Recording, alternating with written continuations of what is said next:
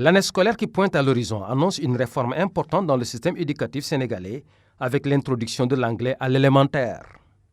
Une innovation optée par le nouveau régime, saluée à sa juste valeur, mais qui ne va pas sans susciter des zones d'ombre chez les instituteurs. Comme vous le savez, l'anglais est indispensable. Et c'est une langue parlée partout dans le monde entier. Mais nous avons quelques soucis, quelques inquiétudes.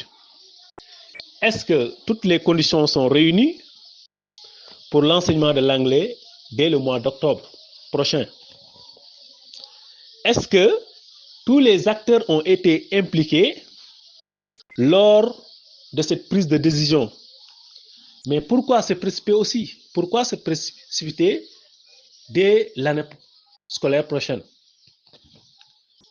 Est-ce qu'on ne pouvait pas attendre la rentrée scolaire 2025-2026 pour que toutes les dispositions soient prêtes? Qui vont enseigner cette langue?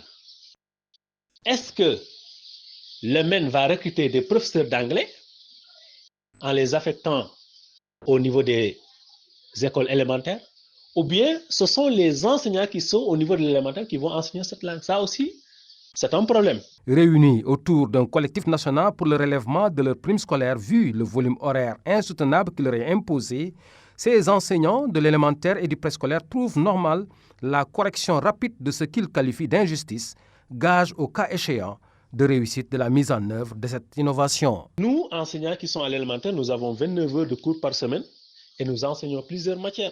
Parce que nous enseignons les langues et communications, nous enseignons les mathématiques, nous enseignons les leçons d'éveil, nous enseignons l'éducation physique, l'éducation artistique, etc.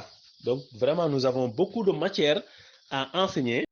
Raison pour laquelle nous avons formé un collectif pour le relèvement de la prime scolaire depuis le 2 août 2024, dont l'objectif principal est de relever la prime scolaire au niveau de l'élémentaire.